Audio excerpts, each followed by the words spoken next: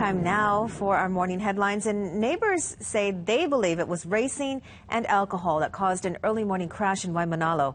It sent a car right into a home on Oluolu Street. KITV4's Ryan Clay-Suji has the latest developments, and he's just back from the scene and joins us from the newsroom. Ryan. Hey, Joe. Well, HECO officials tell us that about 700 customers remain in the dark this morning after that accident happened on Kalani'anaole Highway just after 3:30 this morning. The vehicle was a red minivan that was reportedly speeding in the area and lost control just after the 7-Eleven on the corner near Oluolu Street.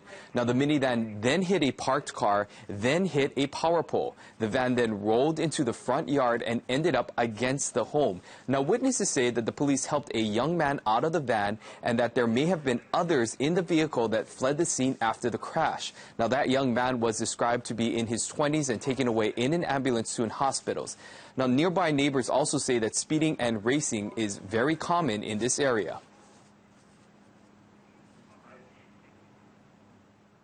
It happens a lot.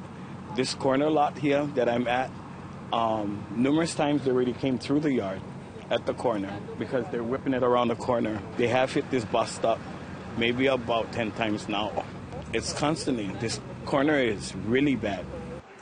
And that neighbor that you heard there, Ace, actually told us that he is lucky to be alive. In fact, 5 minutes before the accident, he was out walking his dog, took his dog inside, and again, 5 minutes later, that car hit his parked car in front of his home, which also said that actually saved his life, and really, he was just thankful to be alive. There you see his car there. But again, police officials remain on the scene, and that stretch of Kalani'anaole Highway remain closed as police continue that investigation, and HECO officials continue to try and restore power to those in the area. Back to you. Yeah, Ryan, looking at those pictures, it's hard to believe that nobody was seriously injured in that crash. Correct, yeah. Nobody was injured. Those who were in the home were all safe. And the boy who was actually in that van was actually walking when he was taken out of the minivan. So luckily, nobody was seriously injured in what could have been a very devastating crash. All right, Ryan, thanks a lot for that report.